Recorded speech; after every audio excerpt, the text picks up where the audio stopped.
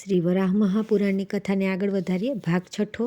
શ્રાદ્ધ કરનાર માણસે શ્રાદ્ધના આગલા દિવસે શ્રેષ્ઠ બ્રાહ્મણોને આમંત્રણ આપવું, પછી સંન્યાસીઓને જમાડવા, તે પછી ઘેર આવેલા બ્રાહ્મણોને હાથ પગ ધોડાવી, આચમન કરાવી, આસને બેસાડવા અને તેમને ભોજન કરાવવું. પિતૃઓના શ્રાદ્ધ કાર્યમાં બ્રાહ્મણોની વિષમ સંખ્યા અને વિશ્વદેવોની સમ સંખ્યામાં બ્રાહ્મણોને આમંત્રણ આપવું. શ્રદ્ધા અને ભક્તિથી યુક્ત માણસે વૈશ્વદેવથી યુક્ત માતામાં શ્રાદ્ધ કરવું. વૈશ્વદેવો તથા પિતૃઓને ઉદ્દેશી બ્રાહ્મણને ભોજન કરાવવું અને તેમણે વૈશ્વદેવિક તંત્રનો પાઠ કરવો. પિતા તથા પિતામહના શ્રાદ્ધમાં ઉત્તરાભિમુખ બ્રાહ્મણોને જમાડવા. પિતૃઓના આસન માટે પ્રથમ દર્ભ મૂકવા, પછી અર્ધ્યાદિ આપી તેમનું પૂજન કરવું. પછી દેવોને જય અને તલથી અર્ધ્ય આપી વિધિપૂર્વક પૂજન કરી ધૂપ દીપ અર્પણ કરવા. પિતૃઓનું સર્વ કાર્ય અપસવ્ય થઈ જનોઈ જમણા ખભા પર ધારણ કરીને કરવું.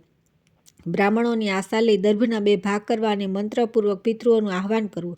અપસવ્ય થઈને પિતૃઓને તલ અને જળથી અર્ધ્ય આપવો. એ સમયે પગે ચાલીને મુસાફરી કરતો કોઈ બ્રાહ્મણ અતિથિ જમવાની ઈચ્છાથી આવી પહોંચે તો બ્રાહ્મણોની રજા લઈને તે અતિથિનું પૂજન કરવું અને તેને ભોજન આપવું. માણસો પર ઉપકાર કરનારા યોગીઓના સ્વરૂપનું જ્ઞાન થાય, ઓળખાય નહીં તેવા યોગીઓ વિવિધ રૂપોથી આ પૃથ્વી પર ભ્રમણ કરતા હોય છે. તેથી શ્રાદ્ધ સમયે પ્રાપ્ત થયેલા અતિથિનું ડાહ્યા માણસે પૂજન કરવું અને તેને જમાડો. હે દ્વિજ શ્રેષ્ઠ, અતિથિનું પૂજન કરવામાં ન આવે તો શ્રાદ્ધ ક્રિયાના ફળનો નાશ થાય છે. હે પુરુષ શ્રેષ્ઠ, તે પછી બ્રાહ્મણોની આજ્ઞા લઈને શ્રાદ્ધ નિમિત્તે બનાવેલા ક્ષારયુક્ત વ્યંજનો વડે અગ્નિમાં હોમ કરવો. એ વ્યંજનો શાકાદી પદાર્થોના 3 વિભાગ કરવા. અન્ય અન્નમાં એમાં લેવું નહીં. એમાંથી એક ભાગ લઈને અગ્નેય કવ્ય વાહનાય સ્વાહા આમ બોલીને પ્રથમ ભાગની અગ્નિમાં આહુતિ આપવી. તે પછી સોમાય પિતૃમહે સ્વાહા બોલીને બીજા ભાગની આહુતિ આપવી. વેવત્સ્વાય સ્વાહા બોલીને ત્રીજા ભાગની આહુતિ આપવી. હોમ કર્યા પછી બાકીનું થોડું થોડું અન્ન બ્રાહ્મણોના પાત્રમાં પીરસવું. તે પછી હે બ્રાહ્મણો, આપ ઈચ્છા પ્રમાણે ભોજન કરો. આમ નમ્રપણે મૃદુ વચનો બ્રાહ્મણને કહેવા. પછી બ્રાહ્મણોએ મૌનપૂર્વક પ્રસન્ન ચિત્તથી ભોજન કરવું. શ્રાદ્ધ કરનાર માણસે પણ ક્રોધરહિત થઈને પ્રેમપૂર્વક અન્ન પીરસવું. પછી ભૂમિ પર તલ નાખીને રક્ષોદ્ર મંત્ર ભણવો. તે આ પ્રમાણે છે. રક્ષોહણમ વાજિનમાં જમીર્ધ મિત્રમ પ્રથિમષ્ટુમ યામિ શર્મ શિશાનો અગ્નિ ઋતુભિ સમૃદ્ધિન દિવા સ રિષઃ પાતુ નક્તમ. આ મંત્ર શ્રાદ્ધ કરનારે ભણીને પિતૃરૂપ તે શ્રેષ્ઠ બ્રાહ્મણોને પ્રાર્થના કરવી અને કહેવું કે હોમ સમયે ચિંતન કરવામાં આવેલા પિતૃ સ્વરૂપ મારા પિતા પિતામહ અને પ્રપિતામહ આજે તૃપ્ત થાવ. વિપ્રોના દેહમાં રહેલા મારા પિતા પિતામહ અને પ્રપિતામહ આજે તૃપ્ત થાવ. પૃથ્વી પર મેં કરેલા પિંડદાનથી મારા પિતા પિતામહ અને પ્રપિતામહ તૃપ્તિ પામો. ભક્તિપૂર્વક મેં કરેલી આ પ્રાર્થનાથી મારા પિતા પિતામહ અને પ્રપિતામહ તૃપ્ત થાવ. મારા માતામહ અને તેમના પિતા તથા બીજું પણ જે કોઈ પિતૃરૂપે હોય તે બધા તૃપ્તિ પામે. વિશ્વદેવ પરમ તૃપ્તિને પામો. યાતુ ધાન રાક્ષસો નાશ પામે. યજ્ઞેશ્વર સર્વયજ્ઞોના અગ્રણી ભોગતા અવ્યય પરમાત્મા હરિ ઈશ્વર આ શ્રાદ્ધરૂપ યજ્ઞમાં ઉપસ્થિત છે. તેઓ મારી સમીપમાં છે. તેથી તે ભગવાનની ઉપસ્થિતિના લીધે સર્વ રાક્ષસો અને અસુરો શીઘ્ર અહીંથી ચાલ્યા જાય. બ્રાહ્મણો જમી રહ્યા પછી થોડું અન્ન ભૂમિ પર વેરવું. બ્રાહ્મણોને આચમન કરવા માટે એક વખત જળ આપવું. ભોજન કરીને તૃપ્ત થયેલા તે બ્રાહ્મણોની આજ્ઞા લઈને ભૂમિ પર વેરેલું અન્ન એકત્ર કરવું અને તેમાં જળ નાખી તેના પિંડ વાળવા. પિતૃતીર્થથી માતા મહાની તલ મિશ્રિત જળથી અંજલિ આપવી અને પિતૃતીર્થ તર્જની તથા અંગૂઠાના વચલા ભાગથી જમણા હાથે પિંડો તથા તીર્થસ્થાનમાં મૂકવા. દક્ષિણ દિશામાં અગ્રભાગ આવેલા એમ મૂકેલા દર્ભો પર પુષ્પ ધૂપ વગેરેથી પૂજેલા પ્રથમ પિંડ બ્રાહ્મણોના તીર્થસ્થાનરૂપ ઉચ્છિષ્ટ અન્નની બાજુમાં પોતાના પિતાને ઉદ્દેશીને મૂકવા. બીજો પિંડ પિતામહને ઉદ્દેશીને અને ત્રીજો પિંડ પ્રપિતામહને ઉદ્દેશીને પિતૃતીર્થથી મૂકવો. દર્ભના મૂળમાં પિંડથી ખરડાયેલા હાથ લૂછવા. ગંધ અને માલ્ય આદિથી યુક્ત પિંડોથી માતામહ આદિનું પૂજન કરવું અને તે પછી પિતૃરૂપ બ્રાહ્મણોમાં તન્મય થઈને તે ફરીથી ભક્તિપૂર્વક આચમન માટે જળ આપવું. પછી સ્વસ્તિ વાચન કરી તેમને યથાશક્તિ દક્ષિણા આપવી. તે પછી વૈશ્વદેવિક સૂક્ત ભણવું. વિશ્વદેવો તૃપ્ત થાવ આ પ્રમાણે શ્રાદ્ધ કરનારે બોલવું. પછી શ્રાદ્ધમાં આમંત્રિત બ્રાહ્મણોએ કહેવું તથાસ્તુ તેમ થાવ. શ્રાદ્ધ કરનાર બ્રાહ્મણોની પ્રાર્થના કરવી અને તેમના આશીર્વાદ ગ્રહણ કરવા. તે પછી પિતૃદેવોનું વિસર્જન કરવું. વિશ્વદેવોની સામે માતા મહાદીનું પણ ક્રમથી વિસર્જન કરવું. ભોજન શક્તિ પ્રમાણેનું દાન અને વિસર્જન ક્રિયા સમયે પવિત્રતા જાળવવી. સર્વપ્રથમ પિતૃરૂપ જ્ઞાની વિપ્ર અને માતા મહાદીનું વિસર્જન કરવું. પછી અભ્યર્થીઓનો સત્કાર કરવો. બ્રાહ્મણોને ઘરના દ્વાર સુધી જઈને વિદાયગીરી આપવી. તે પછી વિશ્વદેવ કરી સગા વહાલા મિત્ર અને સેવક વર્ગ સાથે પોતે ભોજન કરવું. આ પ્રમાણે ડાહ્યા માણસે પિતૃશ્રાદ્ધ તથા માતા મહિદેનું શ્રાદ્ધ કરવું. શ્રાદ્ધ કરવાથી તૃપ્તિ પામેલા પિતૃઓ સર્વ કામનાઓ પૂર્ણ કરે છે. શ્રાદ્ધમાં દોહિત્ર ભાણેજ અને તલ આ 3 પવિત્ર કહેવાય છે. શ્રાદ્ધ કરનાર માણસે રજત ચાંદીનું દાન કરવું, ક્રોધનો ત્યાગ કરવો. હે દ્વિજ, વિશ્વે દેવો, પિતૃઓ અને માતામાં શ્રેષ્ઠ બ્રાહ્મણને શ્રાદ્ધમાં જમાડવાથી પ્રસન્ન થાય છે અને શ્રાદ્ધ કરનાર માણસનું આખું કુળ તૃપ્તિ પામે છે. પિતૃઓનો આધાર ચંદ્રમા છે, ચંદ્રમાનો આધાર યોગ છે. તેથી હે વિપ્ર શ્રેષ્ઠ, યોગયુક્ત જીતેન્દ્રિય પુરુષને અપાયેલું શ્રાદ્ધ પ્રશંસનીય હોય છે. હજારો બ્રાહ્મણોમાં પણ શ્રાદ્ધ સમયે જો યોગી આવી લાગે તો હે દ્વિજ, શ્રાદ્ધમાં જમનારા તે સર્વ બ્રાહ્મણો અને શ્રાદ્ધ કરનારા યજમાનનો ઉદ્ધાર કરે છે. સર્વ પુરાણોમાં આ શ્રાદ્ધ ક્રિયા સામાન્ય છે. આ ક્રમથી શ્રાદ્ધ કર્મના વિભાગને જાણનારો માણસ ભવબંધનમાંથી મુક્ત થાય છે. આ શ્રાદ્ધ ક્રિયાનો આશ્રય લઈને સત્ય પ્રતિજ્ઞા ઋષિઓ નિર્વાણ મોક્ષ પામ્યા હતા. હે દ્વિજ શ્રેષ્ઠ, તમે ભક્તિપૂર્વક પૂછ્યું તેથી તમને આ સર્વ કહ્યું. પિતૃઓનું પૂજન કરી જે માણસ ભગવાન નારાયણનું સ્મરણ અને ધ્યાન કરે છે તેને બીજું કંઈ જ કહેવાનું રહેતું નથી. શ્રાદ્ધ ક્રિયા ભગવાન નારાયણથી રહિત હોઈ શકતી નથી, આમ નિશ્ચયપૂર્વક માનવું. ત્યાર પછી આવે છે અધ્યાય 15મો, દશાવતાર સ્તોત્રથી ગોરુમુખનો મોક્ષ. પૃથ્વી બોલી મહામુનિ માર્કંડેય પાસેથી આ પ્રમાણે શ્રાદ્ધ વિધિ સાંભળ્યા પછી તે વિપ્ર ગોરમુખે તે પછી શું કર્યું? વરાહ બોલ્યા કે હે ધાત્રી, આ પિતૃતંત્ર શ્રાદ્ધકલ્પ મહામુનિએ સાંભળ્યું. ત્યાર પછી જ્ઞાની માર્કંડેય મુનિએ તેમને તેમના 100 જન્મોનું સ્મરણ કરાવ્યું. ધ્રણી બોલી કે હે ભગવાન, અન્ય જન્મમાં એ ગોરમુખ મુનિ કોણ હતા, શું હતા? અન્ય જન્મની સ્મૃતિ એમને કેવી રીતે થઈ અને એનું સ્મરણ થયા પછી એ શ્રેષ્ઠ મુનિએ શું કર્યું? વરાહ બોલ્યા કે અન્ય જન્મમાં તેઓ બ્રાહ્મણ કુળમાં ઉત્પન્ન થયા હતા અને તેઓ પોતે ભૃગુ હતા. તે સંબંધી આ માર્કંડેય મહામુનિ તેમના પુત્ર થયા. તમે સુગતિ પામો, આમ માર્કંડેયે તેમને કહ્યું. આથી તેમણે પોતાના સર્વજન્મોનું સ્મરણ થયું. હે વરારોહે, હે પૃથ્વી, સ્મરણ થયા પછી તેમણે જે કર્યું તે હું સંક્ષેપમાં કહું છું, તે તમે સાંભળો.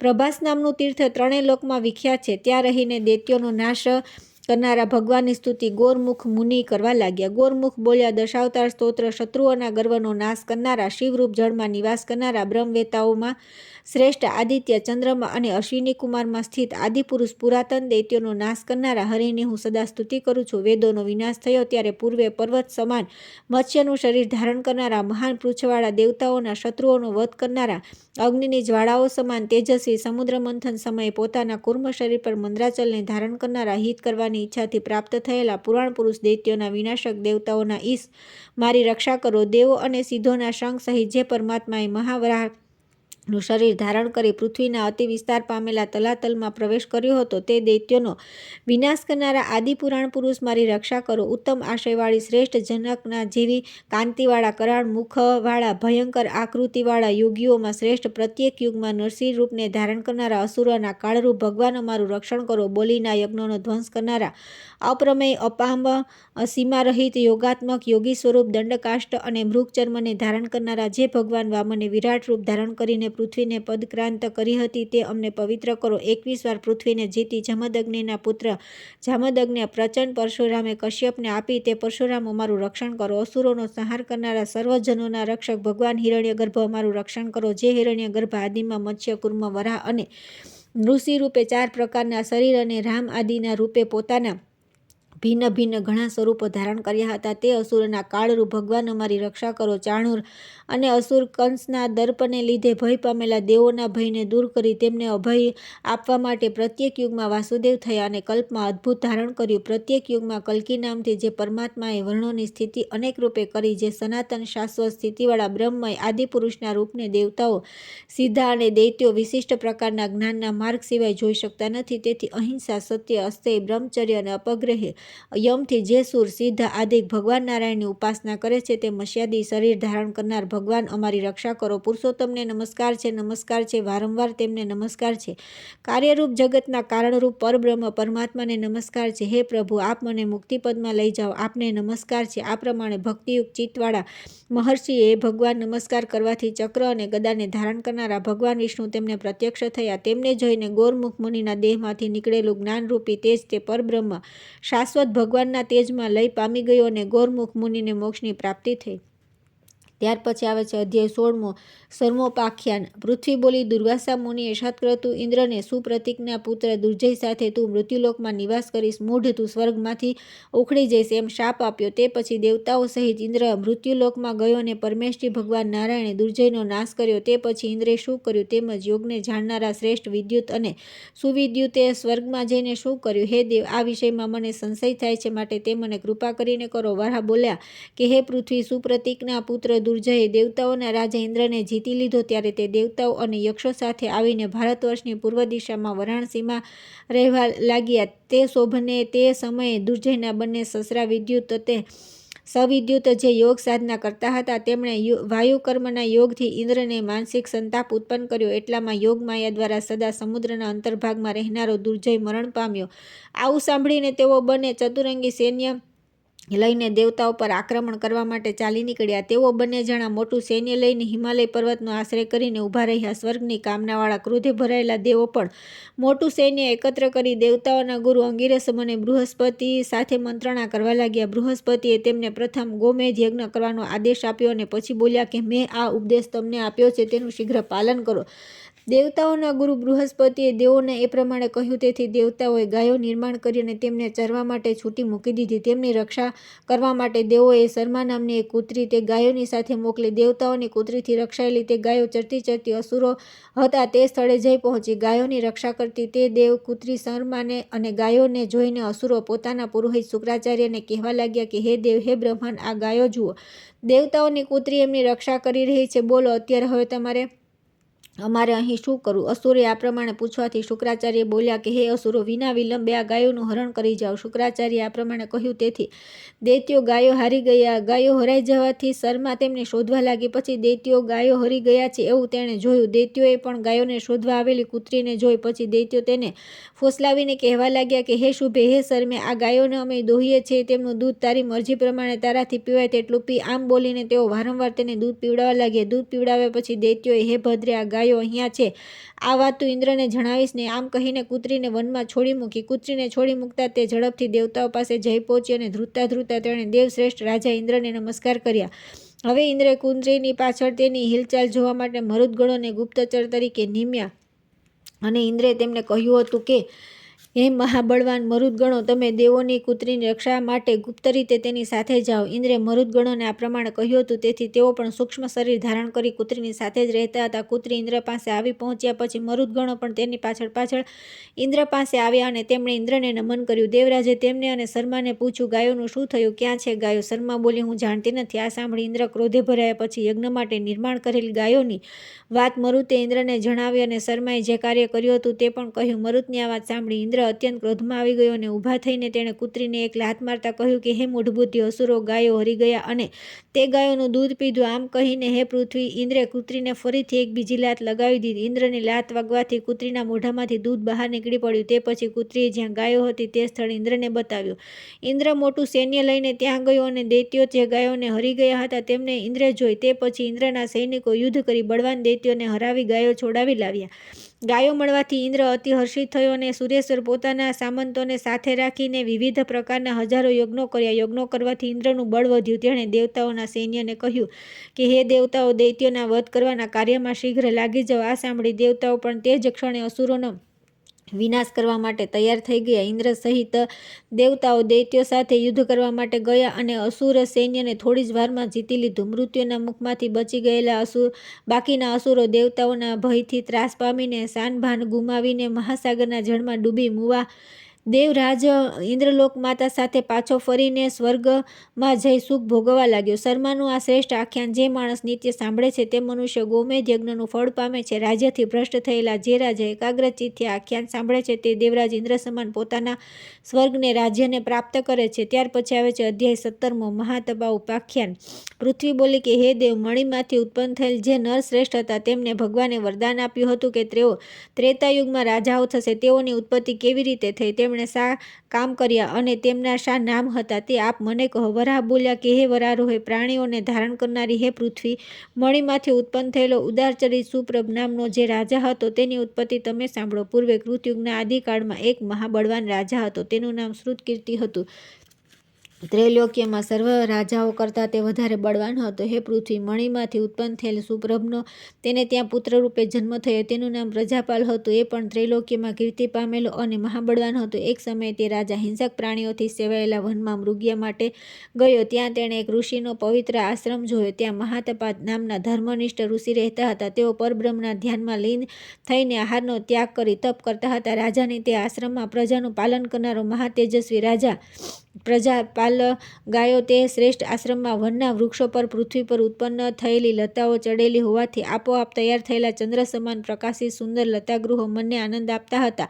એ આશ્રમની સમીપમાં આવેલા વૃક્ષો પર ભાતભાતના પક્ષીઓ આનંદથી કલરવ કરતા હતા. સુંદર પુષ્પોથી યુક્ત શાખાઓ પર મધ ભ્રમરો ગુંજન કરતા હતા. આશ્રમની આસપાસ કદમ, નીમ, અર્જુન, શીલ અને સાલ વૃક્ષો પર પક્ષીઓએ માળા બાંધેલા હતા. યજ્ઞમાં ઉત્પન્ન થયેલા અગ્નિધૂમથી, હોમના પ્રદીપ્ત અગ્નિથી તથા અગ્નિહોત્રી બ્રાહ્મણો દ્વારા અધર્મને તીક્ષ્ણ દાઢોવાળા અને વિશાળ યાળવાળા સિંહો જેમ હાથીને ફાડી નાખે છે તેમ વિદારી નાખવામાં આવ્યો હતો. અર્થાત એ આશ્રમમાં ધર્માચરણ જ પ્રવર્તતું હતું. આ પ્રમાણે વિવિધ દ્રશ્યોને જોતો જોતો તે રાજા શ્રેષ્ઠ આશ્રમમાં પ્રવેશ્યો. ત્યારે તેણે તીવ્ર તપનું આચરણ કરનારા મહાતપસ્વી, અતિ પવિત્ર, અનંત સૂર્યોના તેજવાળા, એક જ સૂર્ય સમાન મહાતેજસ્વી, બ્રહ્મજ્ઞાનીઓમાં શ્રેષ્ઠ મહાતપા નામના ઋષિને દર્ભના આસન પર બેઠેલા જોયા. એ મુનિના સાનિધ્યથી રાજા મૃગોનો શિકાર કરવાનું ભૂલી ગયો. પછી અપ્રતિમ અને શ્રેષ્ઠ મહાતપા મુનિએ તે રાજાનું મન ધર્મ પ્રતિ દોર્યું અને ધર્મમાં તેની બુદ્ધિ સ્થિર કરી. મુનિએ તે નિષ્પાપ અને પ્રજાનું પાલન કરનારા રાજાનું આસન આપી સ્વાગત કર્યું. આસન ઉપર બેઠા પછી રાજાએ, હે વસુધે, ઋષિઓમાં શ્રેષ્ઠ તે મુનિને પ્રણામપૂર્વક પૂછ્યું કે, હે ભગવાન, સંસારના દુઃખમાં સાંપડાયેલા અને દુઃખો પર વિજય મેળવવાની ઈચ્છા ધરાવનારા માણસો માટે જે કાર્ય કરવું જોઈએ તે કૃપા કરીને મને કહો. હું આપને પ્રણામ કરું છું. મહાતપા બોલ્યા, સંસાર સાગરમાં ડૂબતા માણસોએ